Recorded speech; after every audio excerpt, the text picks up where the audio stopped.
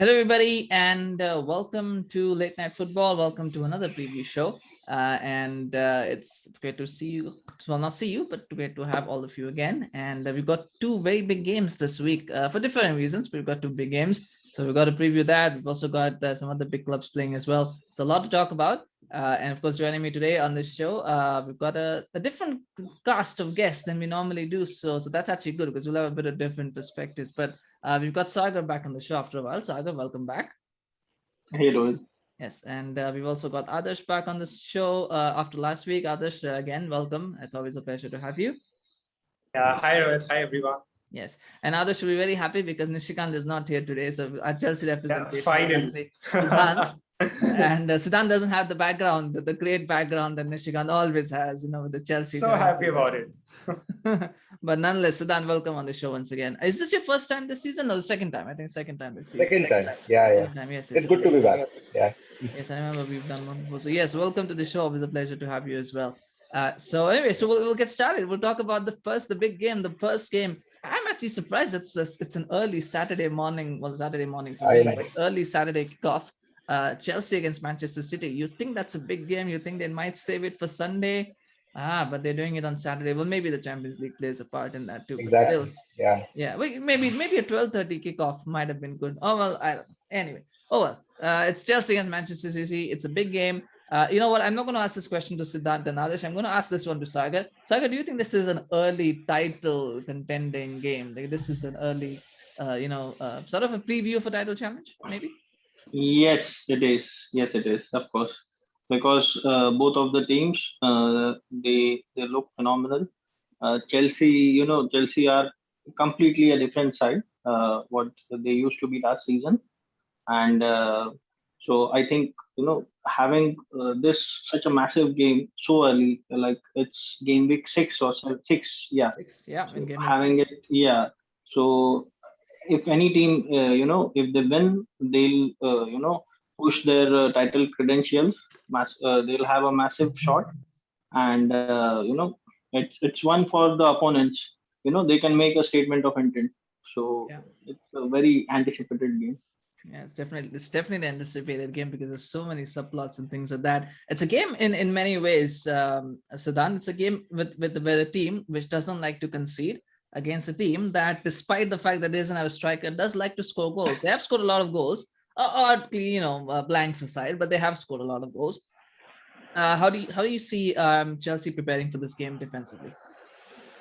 Yes, I think Tuchel would like to be very compact in defense again. I again see the back three of Christensen, Rudiger, and Silva, along with Aspilicueta as the right wing back to give that extra solidity. Uh, I think, and I am expecting Kante to start this one. Is fully fit.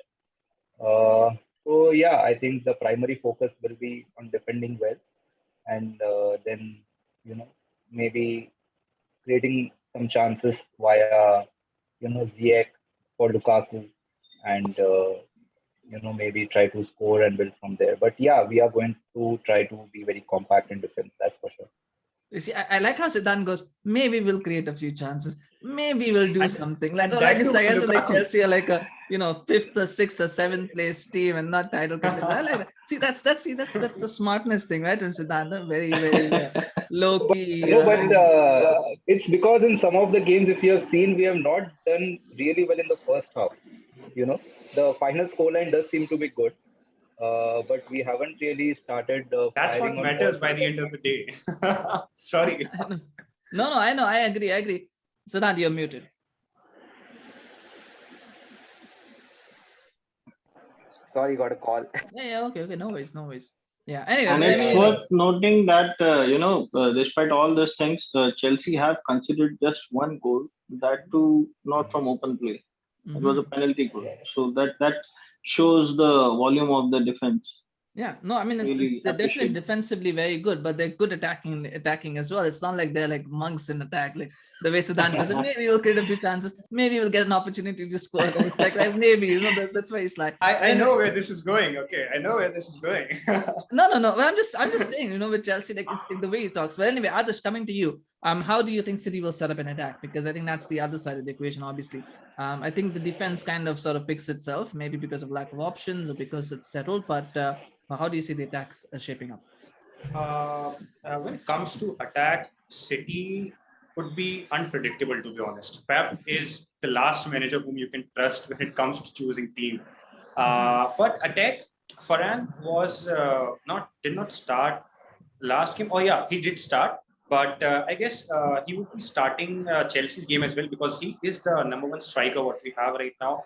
Right wing belongs to Mahrez. He has been in a very good touch since his last game. And Foden is also looking good, so he might start over Bernardo. But if Pep Guardiola goes with that Champions League squad, he will start Bernardo once again. So that would be a surprise as well for me because I really want Foden to start in place of Bernardo against Chelsea specifically. And Rodri would be the guy who would be like making his play in place of Fernandinho. And I guess Fernandinho is even injured as well. Laporte is back. Laporte and Stones are both back in training. So that was a question until yesterday or until today, whether they'll be able to play for Chelsea or not. But let's see if they even feature in that match or not. But backline would be like Diaz. If Laporte is good enough, he will start. Otherwise, Ake would be the guy. And Cancelo at the left back and right back preoccupied by Walker. So your front three would be Foden. If you were the manager, obviously your front three would be Foden, Grealish, Ferran Torres, Mahrez, and midfield would be Foden, Kevin De Bruyne, and Rodri, followed by the back four, which I just mentioned. Yeah. So you wouldn't start Sterling or Jesus. I guess that makes sense. No, That Jesus makes just sense, plays, isn't right? Jesus has a good season as a right winger. For someone who apparently doesn't score goals, as I said, I think in the show, for someone who doesn't score a lot of goals, Jesus scores a lot of goals from right wing. And he's like every time I see there's a goal that he scored. So like for someone who doesn't score a lot of goals. But anyway. No, but Mahrez will actually fill in that position, and we won't be surprised with that.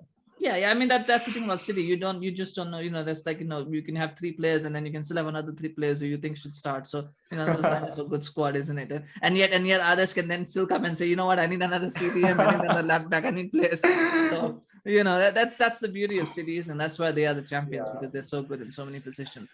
But anyway, that's the playing side of it. There is one more side to it. It's the mental side of it. So then 3 games. Tuchel has won all 3 of them. Is he one of is he a manager that genuinely like Klopp? You could say he's got Pep's number. I can't something in the mind. On that. Those 3 games have been very different games. I mean, one has been a league game. The other one has been the semi-finals of the FA Cup, and the last one has been actually the Champions League. So I think Pep kind of overthinks in these very important cup games. He's pretty solid in league games actually. So I'm not going to comment too much on that. I would like to see how Tuchel does tomorrow, and then maybe we can take it forward. These Chelsea guys are all learning from Nishikant. I'm telling you. Nishikant has changed. See, Nishikant has changed. Nishikant is now like, we want this. We're going to go for this. And now everybody else, no, it's like, oh my God. It's like, Siddharth, like, I mean, you guys are top of the league. We have learned from Mourinho. We don't have to learn from each other. Oh my God. Well, I don't know. You guys are like, oh God. Okay. Anyway, I'm just stunned. Like, are Chelsea top of the league or are they like bottom of the league? The way Siddharth is talking about. I don't know. But anyway, Adarsh, Siddharth's point is there were 3 very different games, and there were 3 very different games because Pep started with 2 CDMs in the first one, then he went to 1, and then he decided I don't need any, which is very, very interesting. But you think he will have learned from his mistake this time? Yeah, definitely. I mean, I would agree to Siddhant on Premier League side of Pep because he's quite solid in Premier League. We all know that. We have seen that. And Cup games is a 50-50 from his end, but not Premier League games. So he would be definitely going with a very strong team with a very strong mindset. But again, keeping in mind the record between Thomas Tuchel and Pep Guardiola, let's not forget Tuchel has always overpowered Pep Guardiola in the games. So that would be an advantage with Tuchel, a mental advantage. But Guardiola is a guy who will take mental challenges again and again and still able to flourish in them. So that would be a challenge and a confidence in City fans that we will be able to break that streak of Tuchel, Chelsea overall. So yeah, it would be a game to watch, maybe a title deciding game, to be honest, for me. Oh, so early in the season, a title deciding game could well be. I don't think it's going to be a title deciding game, but I think to choose a team which can actually go and run for the title to the very end. That's what I was going to say. Is that I think we might be able to say that the team that loses might not be a title contender. Might not be. Then again, City lost to Spurs 2-0 and we all wrote them off last season and then they went and won the title. So you can never make any predictions, in the Premier League. But anyway, Sagar, your score prediction for this one. I think Chelsea would, win it 1-0. I'm not expecting a very high scoring game. Both teams would defend very tightly. City will, of course, maintain their attacking threat. But I think Chelsea would score one on counter. Mhm. So I'm going for 1-0 win for Chelsea. Yeah, Adarsh, what do you think? Mine would be 1-0 to City because of Pep's master plan in town. Master plan. All right, Siddharth, yours. Actually, I see goals from both sides. So it could be 2-1 either way, but I would pick a Chelsea win 2-1. Wow. So you got two for a Chelsea win, one for a City win. Obviously, you know what? I'm surprised that nobody went for this, but I just have a feeling it might end up being a draw, as many of these games often are. The big games, they often end up being a draw. I think it might be 0-0 is what I'm thinking, because I just feel that Guardiola, he's going to do what he did against United last year, where he's just going to go, you know what, I lose this team's too much. I'm going to shut up shop. I'm going to play 2 games and I'm going to go. And then maybe, Chelsea might do the same. So it might be a 0-0 draw. I mean, if I had to pick a winner, I probably would pick City, but I think I'll be bold and I'll say, you know what, this is going to be a draw. It's going to be 0-0. That's what I think it will be. But on that note, I will not be watching this game. As will not a lot of other people will not be watching, because unfortunately the scheduling is such that we've got another game on that at that same time, 7:30 kickoff. We've got Manchester United against Aston Villa. So unfortunately, sorry Chelsea fans, sorry City fans, I have to watch that one. So we're gonna watch Man United against Aston Villa, and we're gonna talk about that one now. Sagar, I mean, again, it's the same question, isn't it? That we keep asking every week. It's that midfield. We saw Donny van de Beek play in midweek. We saw him against West Ham. I thought he was pretty good. Do you think that he has done enough to convince Solskjaer? Because at this one, it's about convincing Solskjaer. It's really about nobody else. But do you think Solskjaer has seen that game and thought, you know what, maybe I need to start him against Aston Villa? Yeah, he has done enough, pretty good, to make a case for himself in the next match. But for some weird reason, Ole doesn't drop Fred. So as a result, I don't see VDB starting with McTominay.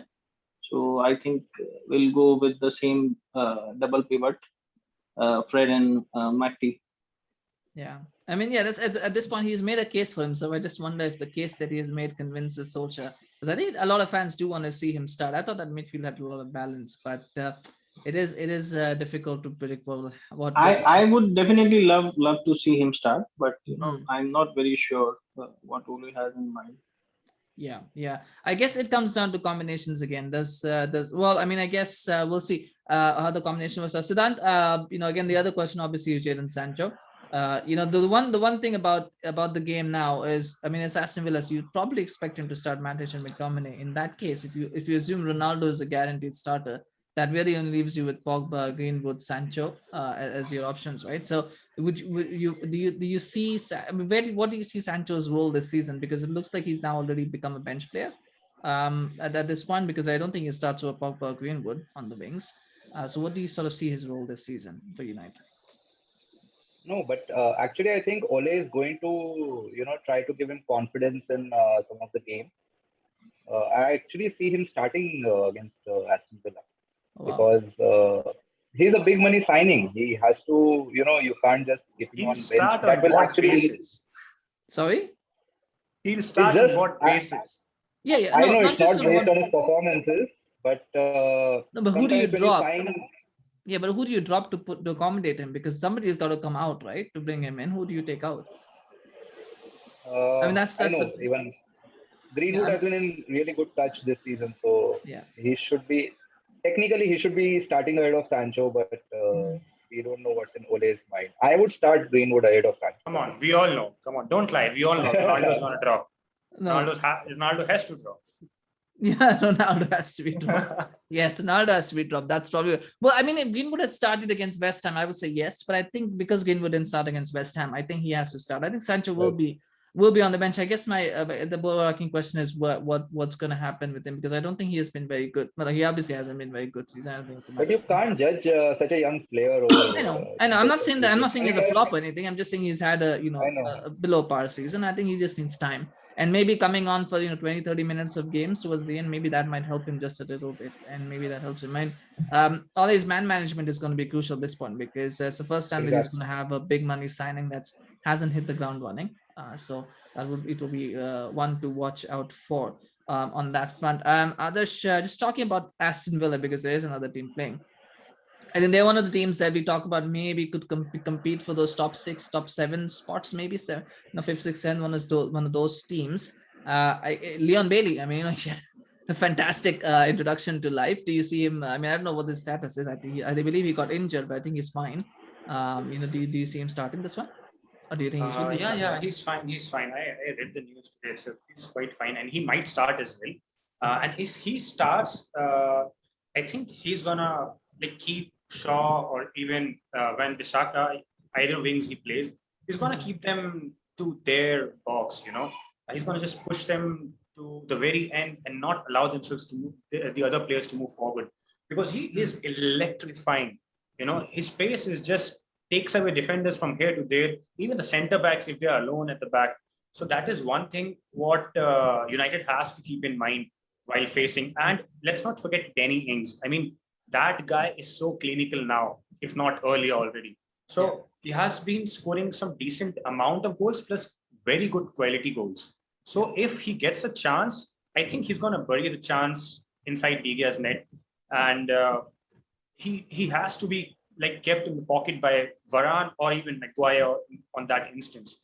Because if he doesn't keep quiet, he'll gonna create a lot of noise in the box. Yeah. And now they don't have Jack Grealish, so there must be some other guy who's gonna create. Trezeguet is the guy who likes to go forward and create for them for Aston Villa. But let's see, it all depends on the manager as well, how he actually unfolds in front of United because they are a pretty good attacking team now, at least for, in this season. So it all depends on how both teams starts in the first initial 15 minutes. I say we'll get a pitch of how the whole match is going to unfold. Mm-hmm. Yeah, I think that's a very valid point. I think the thing with Ings is he's always been a clinical scorer. It's just he's been injured a lot, so that's something that he needs to get over if he can start to contribute. And that's one of the reasons why a lot of teams, big teams, are not interested in him is because he can't play 2 games a week in general. So yeah, that will be one to watch out for. I think it'd be. I think whatever Adarsh has just said, I think that is what is going through Ollie's head. And he's going, you know what? I'm convinced now that I have to start Fred and McTominay just because of everything that Adarsh just said. It's just one of those things, isn't it? That you need somebody to run. I have a general question for United fans. I mean, every season they got a new scapegoat. Past few seasons they had Jose Mourinho. After that, it was Pogba. After that, it was the boards. This season it's Fred. Who's the next person or the next entity? Well, I mean, simple. again, The one who doesn't perform, the one who doesn't, do their job. I know. I So mean, others, that's all. Yeah. But I guess you can't call someone a scapegoat if they aren't actually performing to the standards that we expect them to, right? I mean, the thing about Fred, what I said on the show very consistently is he's a very good runner. That's all he does. He runs around a lot, but he's not very physical. He gets bullied on the ball pretty easily. He admittedly by himself. There's actually an interview with Troy Deeney. Troy Deeney, of all people, he said that they used to target Fred when they used to play them because he had a bad touch. I mean, Troy Deeney is saying that, right? So, that he has a bad touch. He admitted he's not a very good passer. So, I mean, if as a CDM, if you don't have the basic qualities, I mean, what is a fan supposed to do but ask for them? And he doesn't get dropped. For some reason, he doesn't get dropped, right? So, obviously I mean, I get what you're saying, that it's a bit of scapegoating, but at the same time, if a player doesn't perform, Would you, for example, Adish, would you want Fernandinho to start every game if he played the way that he did against Southampton? Would you expect him to still No, start no. every game? I really admire Chelsea on this instance. I mean, Jorginho wasn't performing in the middle of the season for Chelsea, and they started Billy Gilmore. And what a performance he just delivered for them. Even won the man of the match on his debut game. So I think that is where other teams need to learn. If a starter is not performing, even a bench player is not performing, I think that's the time when you have to jump in for the academy and look for the guy who can actually perform, even for a single game. So that is where we can actually look for. Yeah, well, the unfortunate thing with Fred is that there really aren't many alternatives to him, unfortunately, in the squad right now. So it's either him or Donny, because Matic is the only other one, but his legs are kind of gone. I don't think he can play 2 games in a week anymore either. So I mean, there's limited options in that midfield, as much as people say. But anyway, I don't want to make it too United centric. I think we'll do we'll look at the score prediction now. Siddhant, we'll start with you. What's the score prediction for this one? I see United conceding in this game, but maybe That's- a 3-2 win. Maybe a 3-2 Like win for United. like all the other games. I know, like seriously, that's such a revelation. Like United pretty much conceded in every game except one. That's not a news. I know that's conceding. Because United's defense is very shaky. Actually, I'm not convinced with the pairing of Varane and Maguire. I think Maguire hasn't been in some of the games. Yeah. Neither Shaw for that matter. Shaw hasn't been that good either, to be fair. So that's something. And the other has Wan-Bissaka actually. That question marks in the back four. But anyway, 3-2 to Aston Villa. You said so that? No, to United. Oh, 3-2 to United. Okay. All right. Adarsh? Mine would be 2-1 and a late winner from United by Cristiano Ronaldo, of course. Unless he's laying it on thick. He's laying it on thick. Unless he gets substituted by Lingard and Lingard, and he scores the winner. You never know. Well, Jesse, Lingard did pretty well last game. Or gives away the assist for Aston Villa. Well, that's also true. Well, come on, he played well. I think we can forget about. He played well last week. That's fine. I think we'll lay off of him for this one. But hopefully, well, as Siddharth said, it might just happen. But anyway, I know who to blame if that happens now. But anyway, Sagar, what's your prediction? Yeah, even I would go with 2-1 win for United. Wow. Okay. So everybody's predicted United win, so we know what the result is gonna be now. But you know what? No, I'm gonna be different. I just think it will be 2-0 to Aston Villa, because at some point Ronaldo has to stop scoring. Despite because he scored 3 games in a row. I think at some point he has to stop scoring, and I honestly don't know if somebody else can step up and score in his place. Aside from worldies by Lingard and all that. But yeah, I think it'll be 2-0 to Aston Villa. I just have a bad feeling because there's the game against West Ham that they lost as well. They were lucky to win against West Ham anyway. Before that, Nishikant, are you hearing this? These are all your students, man. You got a lot of students out there. No, but see, I've been very consistent in saying I do not back this team. I will never back this team again. So I'm keeping consistent what I say, because they haven't shown to me that I should back them. So I don't back them because they haven't shown me that I can back them. So that's just what it is. But you know what? Aston Villa actually are a very good team. I think a lot of us, they're not a typical mid-table team. I think they're actually top 7, top 8 contenders. So they are a pretty good team. And United's home form is pretty crap, actually. Let's be honest as well. So a lot of factors, Fair point. Yes, I do a little bit of analysis on these things. Not the statistical analysis like you, but a little bit. Anyway, all right. On that note, let's move on. Very quick question though. Maybe I'll ask this one to Siddhant. Just a note on Burnley. Leicester playing Burnley. I think we don't know what that result is going to be. But are Burnley in threat of relegation? I know they just gave Sean Dyche a new contract. If they lose this game or they don't win, do you see them as getting sucked into that relegation dogfight? Not based on this game, but they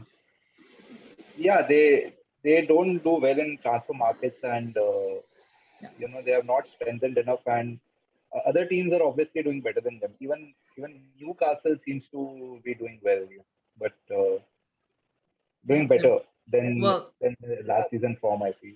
Yeah, well, Burnley have got just 1 point. Newcastle have got 2 points. So yeah, Newcastle are doing better than not by much. But but Burnley, it's just one of those teams, and that you always wonder how they stay up, and maybe luck's running out for them.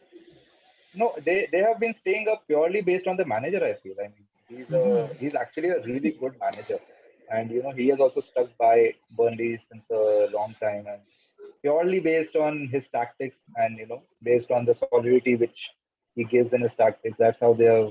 But maybe the time has run But out. even under Sean Dash, I think they have gone down twice, Once. if I'm not wrong. Only Once. once. Okay, Yeah, the okay, first time. my Yeah, the bad, first time they my came bad. out independently, they went down, then he brought them back up again. Yeah, Okay. yeah. It's the only saving grace I think for Burnley and Newcastle is that Norwich probably are dead certs to get relegated, so they only have to fight for 2 spots. So there was one spot that's taken care of. But so that's maybe that is a saving grace that for them maybe. But I don't know. It's trouble. I think I didn't realize Burnley actually. I thought Burnley had won a game, but they haven't. So it's a little bit of a trouble there for them to think about as well. As to how they're going to recover from that. But anyway, we'll move on. We'll talk about Brentford against Liverpool. You know what, others? I think Brentford, are a little bit of a surprise package. They actually were pretty good, last week, and they did pretty well. They just seem like a team that they don't seem to have a lot about them, but then they can surprise you if you kind of take them lightly. I mean, yeah. I mean, if you look at the league table, they're at the 9th position, and other stronger teams who were performing well until last season, like Aston Villa, Watford, Leicester, even Arsenal, they're all below them. So they had a pretty good start when you compare to their standards and even other standards, and they might surprise Liverpool. But it's a very less probability when you see Liverpool in such a good form. Yeah. Look at them. They're scoring goals. They're creating opportunities. They're not conceding. Every player looks in a fine form. So I don't think they're gonna lose to Brentford, but it might happen if any of the player drops a stinker or an important chance, or if some Brentford player outperforms any of the Liverpool player. So that could be a thing, but it has a very narrow chance of it. So it's going to be a Liverpool win from my end. And I would go with a prediction of 2-0 as well to Liverpool. Honestly, we're not going that far ahead, but okay, you already given your prediction, so we'll keep it. I don't want to talk about this anymore. I just don't have prediction right now. But no, sorry. Yeah. I mean, agreed to your point. No, but it makes sense. Yeah, I mean, I don't think they were going to win, but they do seem like a team that can make life difficult. I think they're one of those typical mid-table teams that they can make life difficult. But speaking of Liverpool, I just touched on it. Siddhant, do they look? Are they as close as they can be to their 2019 form? Do you think, or do you think this is some way to go to get there? They started the season very well. No. In Liverpool, it looks like they are back. They have, but I think the AFCON is going to hurt them. But that's still a long way to go. But on current form, I know Brentford has done well. They have overperformed. I mean, overachieved till now, I guess. But it's still early, and Liverpool is joint top. And I think it's going to be fine for Liverpool. I mean, I don't find them having too many difficulties in this game. I think it's going to be more than fine for Liverpool. I think fine is an understatement. They Yeah. really are. They're doing very well. Speaking of the AFCON, the only thing about the AFCON is, we don't know with COVID what happens. The tournaments get cancelled.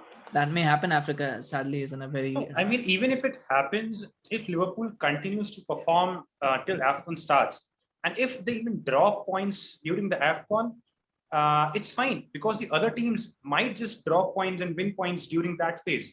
So it would just equalize to the same thing if they do not draw points now, but later on during the AFCON. So it's fine for them if they perform well in this moment. Yeah. I mean, yes. I don't think you can think too far ahead, but just meant that we don't know what the status will be. But yes, that makes sense. That being said, I mean, with an AFCON tournament, you've got to have it 2 weeks before the tournament. You probably want to give people 2 weeks or 3 weeks after the tournament. There's all kind of things. So it's not just a month off. But anyway, that's for later. I think just right now, I think you talk about the game that's in front of us, and I think Siddhant makes a valid point that they look good. They seem to be back. Sagar, I think the only question would be how do they deal with Ivan Toney, because that probably is the biggest threat that they will face. But they've got two defenders who probably are, they've got Virgil van Dijk, who's probably the best at dealing with that. So do you see that being a concern, or do you see that being any kind of point of contention for them? Yeah, maybe if there was some other team, it could have been a cause of concern. But since they have Van Dijk back, so I think he'll be able to comfortably control Ivan Toney. So I don't see much of a threat to Liverpool, defensively. Offensively, maybe if if they plan to just sit back tight and defend, so that could create some trouble for Liverpool. To score some goals. But let's see. I think Klopp will find some or the other way. Yeah, I think so. I don't see I don't know how Brentford do defensively. They do seem like a very good defensively adept side, but just feels that Klopp have a little bit too much. Klopp seem at the moment have a little bit too much in the tank. I guess the only other question, others, is from Liverpool perspective. I mean, obviously Robertson has been doing well. Tsimikas has been doing well. Do you see a potential point at some point that those two could probably play together? I mean, you can't have two left backs in a game, but is there a way that maybe he can kind of accommodate both of them together? Chimiscus, right? Tsimikas, yeah, Tsimikas and Robertson. Tsimikas, yeah. Mhm. I don't think, because Robertson is a constant player for them. He's a constant performer. He has been doing good. A player you can trust, right? But the other guy, Tsimikas, so he did well in the cup game, but I don't think he is that worthy when you can start in a Premier League, because he hasn't proven in the Premier League, or even you don't have a reason to drop Robertson at first place. I don't see a reason. Even if you have a patch of rough games, either a game or two, after that he'll just start performing. Even if he doesn't perform, he'll run. And being a fullback, if a player runs, it's quite helpful, right? A centre back sees a guy who can actually cover up the space. A striker, forward guy sees who can actually overlap or even underlap themselves. So that is a thing which actually offers a place. And Robertson is very good in all the aspects. Yeah, I mean, I don't Uh, think they're gonna drop Robertson. I was just wondering if they could, the two of them, you could, if you Yeah. could play the two of them together. The But only way the only way those two can play together is if Klopp decides to play three at the back. I mean, one of them at the LCB position and one at the left wing Nah, back. that's not going to happen. Klopp never no, plays or, three at the back. or maybe if they promote Robertson to the left wing, so that yeah, that could it be will a probably have to be like possibility. a 4-4-2 or something like that, where you can play two left, like you can play them on the left. I don't think either of them can play as a left side And back. any update on Harvey Elliott? Is he He's gonna be out for a is while. he available? No, I Yeah, don't think he's available. I think he's gonna be out for a little while. Not so quick, but anyway, I have no update, but I don't think he's available. He's gonna be back so soon. that was a nasty injury. Yes, it sadly was, but unfortunately, somebody is messaging me. Others is messaging me. Okay, screen is frozen. So okay. Anyway, we'll continue, and hopefully others is back to be able to join us. But in the meantime, we'll do score predictions. Stan, 3-0 to Liverpool. Sagar. I think it will be a scrappy win for Liverpool. Scrappy as in terms of number of goals, because I feel they'll be, playing very deep. This thing, Bournemouth. Sorry, uh, Bedford. what's the team? Brentford. Yeah. So Brentford will be defending very deep. So I think they'll not allow many chances. So I'm expecting a 1-0 win for Liverpool. You can see that Saga has so much research. Like, what's the name of the team that we're talking about? We don't even know. Yeah, Others, I just yes, it just slipped. others, are you online? He already said, I think, Yeah, 2-0, he did say 2-0. Yeah, So yeah, 2-0. he's gonna join us Yeah. back. if I'm not wrong. So you know what? I'm gonna take I'm gonna do what I did with City. I'm gonna take Sidan. I'm gonna take your 3-0. Sagar, I'm gonna take your 1-0, and I'm gonna raise it to 4-0. That's what I'm saying. I could add other as well, make it 6, but I think that would be disingenuous. I think 4-0 to Liverpool is what I think it will be. I just have a feeling that it's one of those games where once a couple of goals go in, then it's like the floodgates kind of It becomes open. an open game. Yeah. Yeah, it kind of feels that way. But anyway, 4-0 to Liverpool. That's my prediction. We'll see what happens. And of course, I think others is back as well. And with that, we will now go into our final game preview, and we're going to talk about the North London derby, Arsenal against Tottenham. It's a big game in stature, probably not necessarily in terms of league positions and things. That's probably a big game in stature and legacy. But still, nonetheless, again, a big game. And contrasting fortunes for Arsenal and Spurs. Spurs started off well, tailed off a little bit. Last 2 games, 3 games. They're actually winless in the last 4 games, if you can believe that. They're actually winless in the last 4 games. And on the other hand, you've got Arsenal, who had a bad start, rough start, but now they're kind of pulling it back together. 2 games, 1-0 wins. It's contrasting in a way, Siddhant, isn't it? But at the same time, is it a game that excites even their own fans. Forget about neutrals, but is it a game that even excites their own fans at this point, or is it more of a game like, you know what, it's another game in the Premier League? No. I'm sure it must be very exciting for them. The North London derby, definitely something which Arsenal fans and Spurs fans look out for. And talking about form, I think Arsenal in the beginning they had too many players missing, you know, and now they have Tomiyasu playing really well, and even Partey is back. He has given a defensive solidity to that midfield. Gabriel is back, so I think Arsenal is doing better and better with each game now, and Their fans had explicitly mentioned that the season would be starting post the international break. So Yes, I think, as per their fans, Arsenal should be number one in the table. Season has started.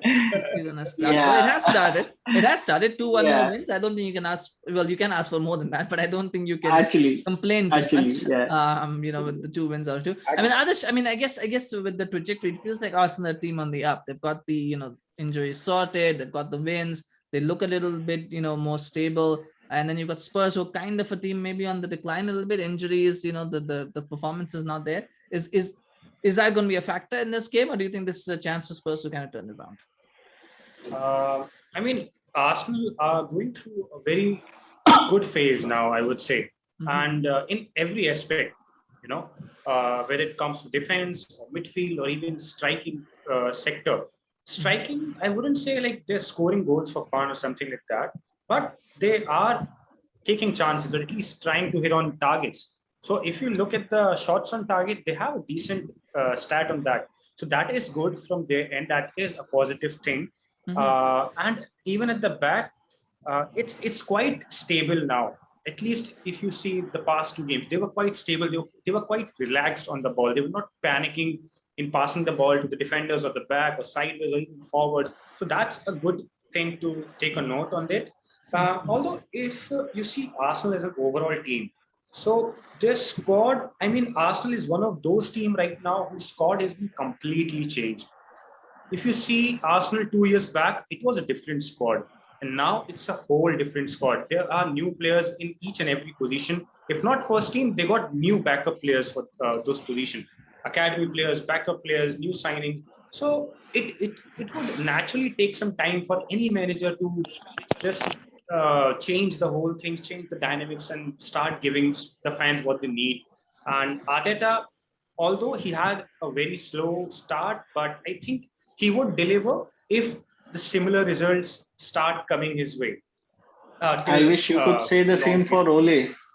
No. I would See, really appreciate that. Arteta. I'm just kidding. No. See, Arteta has learned under who? That's the question, right? Why? Yeah, that's the point. Yeah, that's the point. He is one of their own. Yeah, You see, pretty much one of their own. That's why. Yeah, that's yeah. why. Oli is not. No, Oli's not there. But anyway, He is a promising student. Ole is not. you know what?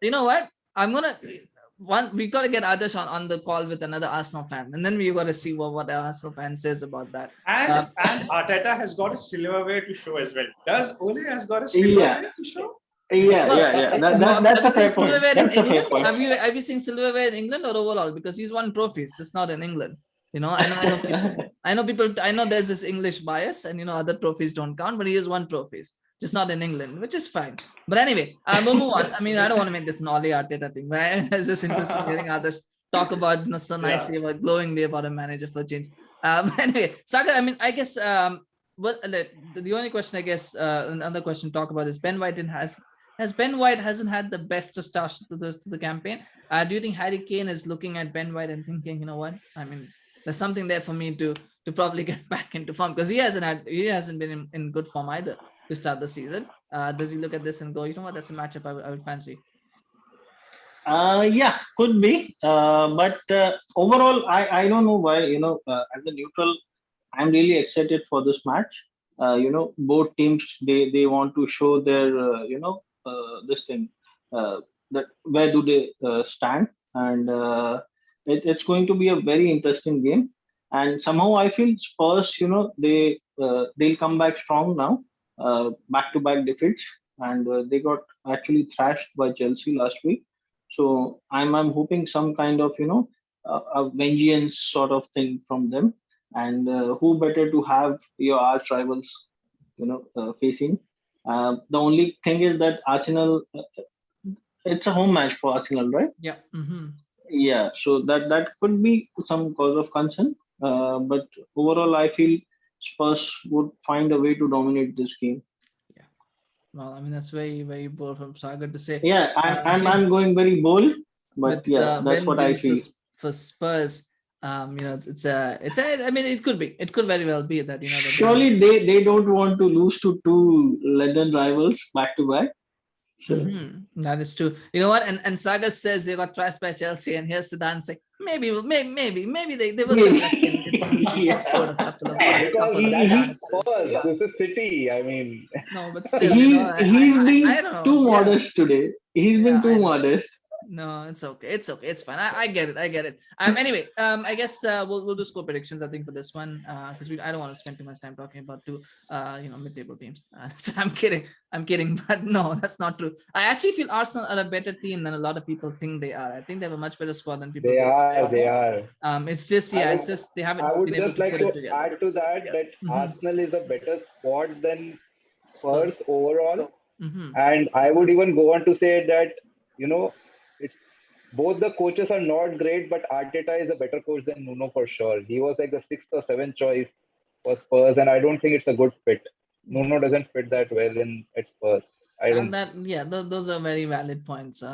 But you just hold on to these things. They didn't get screenshotted, and then not that I'm saying that only 50 people watch it, but they sometimes come back to this. But anyway, Saddam, what's the score prediction? 2-1 to Arsenal. Arsenal should win this. Adarsh? Another 1-0 win to Arsenal. 1-0 to the Arsenal. The old saying. But anyway, Sagar? I'm going to be bold with my prediction. I think Spurs are winning this 3-1. I mean, this guy is another level, man. Yeah, I don't know, man. I'm very excited for this game. I don't know why. And I feel Spurs, they'll dominate this game. I don't know why. No, you know what? It's just that, I can see, it's like that train thing where, one car is getting crashed and you just want to see which one it's going to be and how that's going to fall out, because like you can't lose either way, right? One of those teams is going to lose. One of those teams is going to be in crisis. So, why not? You want to enjoy this. You know what? Sorry. London is quite a city to spectate now. Like one team is outperforming every other team, and two teams are just competing to be the bad teams. Like who is bad than whom? Yeah. Unfortunately, yes. Yeah, that is right. I mean, you got two teams that are kind of a bit average at the moment. You got one team that's really outperforming expectations, and then you've got Chelsea as well. Because I'm assuming Adarsh was talking about Brentford in the one that was outperforming. Even the other London team is doing better than both the North London teams, right? West Ham is still in a better position. West Ham, and you got West Crystal Ham, Palace as well. You have Palace as all well. sorts of things. Anyway, London's got too many teams, I think. But anyway, no, Yeah. on that joke. I think Arsenal will win as well. You know what? I will say, so I will take Sagar's prediction. I will say 3-1 to Arsenal. That's what I will say. So I'll go the opposite way. I have a feeling that Arsenal are going to win this one. And, they always have a few results like this every season where you kind of write them off and then they come and they surprise you. So I feel like that's what's going to be. It's going to be 3-1 to Arsenal. But anyway, two final questions before we wrap up, very quick ones. So we'll start with you, Adarsh. What is the over under on refereeing mistakes this weekend? How many VAR controversial calls are we going to see this weekend? Definitely we're gonna see one in City versus Chelsea. I'm for sure, because that's a high momentum game and they're gonna just slip one or the other incident here and there. Total, I would go with 2. Yeah. You know what? Out of curiosity, Sinan, Adarsh says there will be one refereeing, controversial call. Who do you think that is going to go in favor of? Is it going to go in favor of Chelsea or City? If there was one, City. Even I think so. It would be City. Yeah, I think so too. So City have got a lot of refereeing help. I guess now that United apparently don't get it anymore, so I think they moved on to another Manchester team. But no, it's gonna remain in Manchester though. Yeah, I know. Yeah. Oh God. What I don't understand about these refereeing things this season is that they keep whenever the VAR asks the referee to watch the screen, like 9 out of 10 times they will change their decision. I Mhm. mean, I would really like referees to sometimes even stick to their decision. Yeah, I don't know. Yeah, I don't know why that happens. Like, why do people do that? And maybe there's a. And I was making this joke that we said it when who was it? John Moss, when he gave the penalty for Southampton, and then they took this whole time for Martin Atkinson to decide. I was like, are they waiting for the transfer to go through? Is that what's happening? And then he goes and tells him, go to the wait for the transfers come through. But it's just, oh my god, it's annoying, isn't it? When you see referees go to the screen and you know what's coming next. Is that they're going to change the decision, because that's what's going to happen. Yeah, you'd want referees to have a little bit more faith in their own decisions and have a bit more conviction. Exactly. But yeah, it's but I mean, it's English referees. There's nothing much we can say about that. All right, final notes, I think, because we're kind of out of time. So Sagar, will start with you. Who's your Premier League, fantasy Premier League one player that you would definitely want to pick, or that you definitely want people to pick for their teams, if you had to pick one? Cristiano. Oh my god, seriously. Okay, yes, Saga, you need to we gotta stop having Saga on this show. Do not pick Cristiano Ronaldo for your fantasy Premier League teams, please. He's scoring goals. We don't want him to stop scoring goals. Please not pick him. Please do not pick him. Too expensive for me. Adarsh, if you had to pick one player. Mo Salah. Mo Salah. Oh yeah, I mean, you know what? Salah was recommended last week, and he scored a goal. He got points. So yeah, you know what? Yeah, he's my captain as well. Oh, So, yes. Are you He was serious? my vice captain. You do really want to give out your captaincy picks, because then everybody picks it, and then I said he was my vice I captain. want to be No, that no, famous. as in, I to want to be others. that famous, man. Yeah, I want to be that famous. Oh well, anyway. Oh well, yes, yes, that's true. Siddhant, if you have one player. Yeah, even Mo Salah for me also. He was my vice captain till last game week, and I've made him captain this game week. So, and it's Brentford, so I think he should score. He should score. That is absolutely true. You know what? I'll go different, and I will actually say, because Leicester City are playing Burnley, pick a player from Leicester City. Pick Harvey Barnes, or maybe Jamie Vardy, or even Jamie Iheanacho. Vardy, yeah. You pick a player, because Burnley had, I'll pick a defender from Leicester, maybe if they have any. Amate. But, I have Amate in my team. yeah, well, I mean, yeah, not you, but just in general. I got Madison. I hope he performs now. Oh, the most underperforming Leicester player. Yeah, actually. Jamie Vardy. Yeah, well, he doesn't start much these days. To be honest, I mean, Harvey Barnes is now the player that really is carrying them. You could try, or you know what? Everton are playing Norwich, so you could pick Demarai Gray as well. Because he's had a very good start as well to the season. So you could pick Gray. Maybe he'll score a goal, because you better chance from him on those players. So that would be my pick. Actually, the trick of fantasy league lies in choosing the players from the smaller teams. Exactly. The ones that nobody else will pick. Players. Those are the ones that you want to pick. Yeah, that's what I was expecting from our expert panel, but you guys all played it safe. So, but anyway, it's okay. In fact, the West Ham striker. It's my City problem, what's his man. name? I be rich. Be rich. Antonio. Yeah. Well, West Ham Antonio are will be playing back Leeds. tomorrow, right? Antonio, yeah, he's back. Yeah, So, Antonio, yeah, yes. he's West Ham also- is playing Leeds. So yeah, so that could be an option as well, Antonio. Yeah, because West Ham are playing Leeds, and Leeds do concede. I have him in my team. I have Antonio as well as Lukaku both starting. So. Okay, well, there's always a golden rule of fantasy Premier League is you never pick your own team's players. But anyway, I think Siddhant is kind of like, that's okay. And if it's working out, it's working out, right? But anyway, yes, those are our picks. Let us know in the comment section actually if you do decide to pick any of those players, and then we can keep track and see who actually did well. So we'll come back to this on Monday when we do a review. Or actually, you know what? We might do a review show earlier than Monday, but whenever we do a review show, we will come back to it and we'll see, if any of those picks actually worked out for people. So we'll get Mo Salah did work out. My Leeds pick didn't work out, so pick that with a pinch of salt. But anyway, do keep that in mind. You know what? Pick Aston Villa players. Pick Danny Ings. Do that. Let's put jinx on Danny Ings so he doesn't score goals. Oh my god, do that. Anyway, but on that note, thank you so much, Sagar. Thank you so much, Adarsh. Thank you, Siddhant, for joining the show today. It's a lot of fun and always great to hear Thanks, your man. opinions and views. And to get your predictions and insight. Thank you so much for joining. Yeah, it was a pleasure to be here, man. Yes, absolutely. Yeah. And all the best to Adarsh, all the best to Siddhant for your games, all the best to Siddhant, Sagar as well. I mean, we're kind of in the same. No. How can you wish? I hope United lose, man. I don't want to wish you luck. No, that's I okay. hope You don't United need to. lose. I'm just being polite. You don't need to wish me luck. It's okay. I don't mean it anyway, so it's okay. But all the best.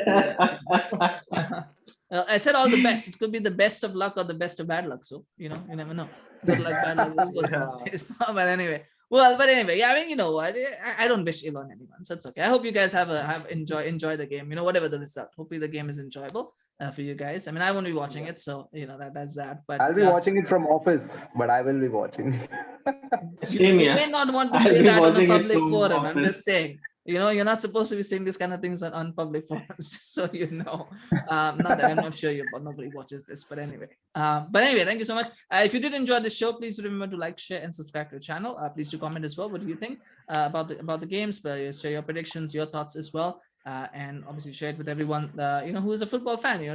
So help us grow the channel if you can, please. Yeah. And in the meantime, take care, have a good day or night, whatever time you're watching this, and we'll see you again very, very soon. Take care. Goodbye.